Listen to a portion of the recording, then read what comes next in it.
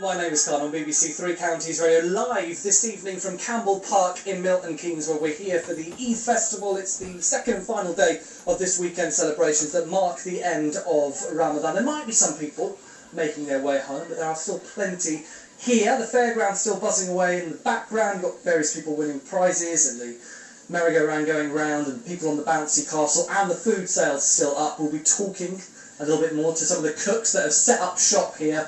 But I want to keep on the theme really of what's a big part of the festival here in terms of informing people about Islam and education. I'm here with two people that are parts of WAMI. I've seen it on your cap, Zaid, in front of it now, wami.co.uk.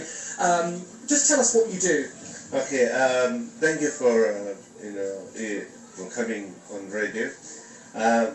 We are a community organisation, a youth organisation. Our aim is to bring the communities together and trying to understand each other in a diplomatic way, because there's a lot of misunderstanding, and that's why every year we come here. Well, it's interesting you talk about misunderstanding, but I was speaking to Adil a little bit earlier, who's volunteering here and giving out information. We just spoke to two lovely ladies who have been here, and they were talking about, oh wow, this is actually answering people's questions. We're not closed off religion. And now you mentioned misunderstanding as well.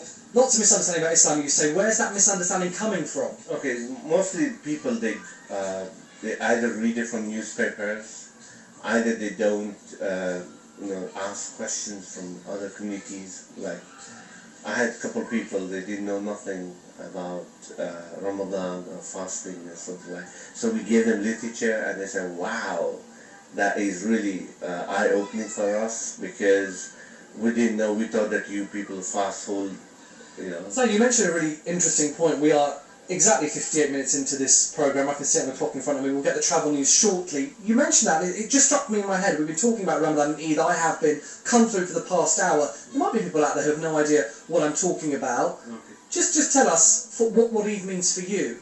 Okay, today evening is a great opportunity to meet people from other communities, and that's the reason we usually come here, because it's such a great opportunity to meet people and to answer their questions.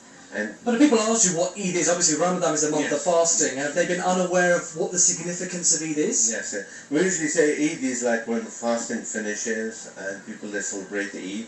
Mostly it's good for the children, like taking them out, parks and visiting neighbor, like relatives and something like that.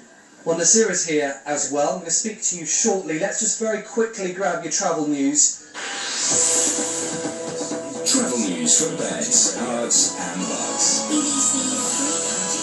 The wind is slightly picking up here at Campbell Park in Milton Keynes, where we're broadcasting live from tonight on BBC Three Counties Radio. The first time we've had the chance to take the show out. We're at the Eid Festival, 2 days of celebrations. The celebrations are just beginning to wrap up. Just before the travel news, I was speaking to Zaid from the World Assembly of Muslim Youth. I've remembered it, wami.co.uk on the hat. Nasira is here as well. Hello, Nasira. Hello. You're from WAMI as well. We spoke earlier, actually. I was very interested in your story. Just tell our listeners about where you're from. I'm Algerian of origin, and I lived in the country for 26 years. It just happens that I walked in to the Eid festival, and WAMI was ready to recruit me as a volunteer, and I was very happy because to help to clear some misconceptions around what's going in people's mind, unfortunately. Yeah, Zaid was talking about those misconceptions just a minute ago as well. So, give me an example. What sort of questions have people been asking you at the festival? Mainly, it's amazing. It's not just Muslims, non-Muslims actually. It's even Muslims. Some of them, they are not familiar with their religion. So the leaflets for talking either about the ladies, women in Islam, and the embryology. Someone came about, what's this embryology in the Quran?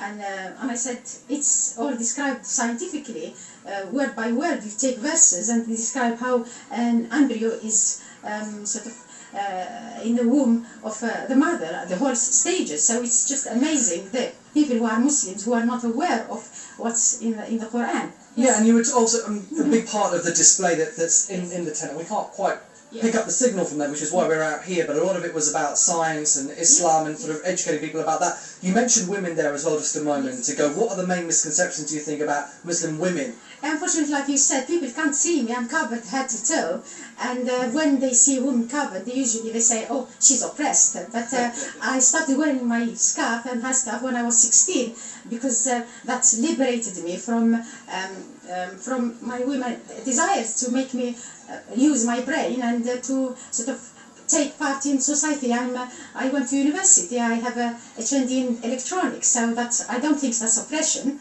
No, you mentioned that. A lot of people say, "Oh, well, yes, she's covered from head to toe. Somebody told her to." No. It was my own choice. My parents were against it because they thought I was decent covered enough, so there's no need for me to be covered completely. But my religion, in the Quran, it says so, and therefore that's the way I took for to do. Yes. Does it frustrate you then when people say, "Well, Muslim women, most of them are quite oppressed. They can't really do anything. They can't leave home," some people say, and they have limited freedoms. Is any of that fair? It's not, but having said that, I work in school. I'm a learning support, and I have wonderful colleagues, and they never have a barrier to ask questions. And they are quite fascinated sometimes when they come up with questions, and I'm more than happy. So people who want to be ignorant, they can carry on being ignorant, but people who want to clear up any misconceptions, they can ask questions anytime. Yes. And what have you made of this event itself? A lot of people saying, "Wow, actually, they've not been to something quite like this before." Like I said, I spoke to a lady from France earlier who said she couldn't envisage something like that being there. How about in Algeria as well? Could you see an event like this being held there? Yes, in Algeria, in fact, they have festivals.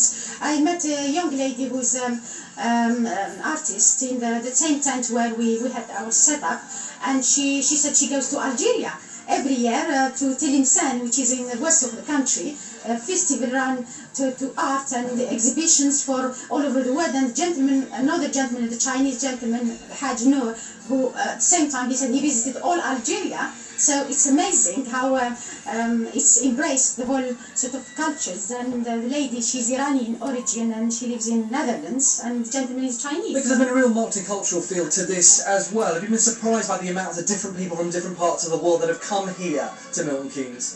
I'm not surprised because Islam it's for mankind. It's not for just Algerian or Bangladeshi or Pakistani. It's a worldwide religion. So I have I have German friends, Polish friends, Chinese. I mean, we have so many different nationalities. In fact, on Eid Day, we had my sister-in-law, her husband is Egyptian, my another sister-in-law, she is Irish, my brother-in-law is English.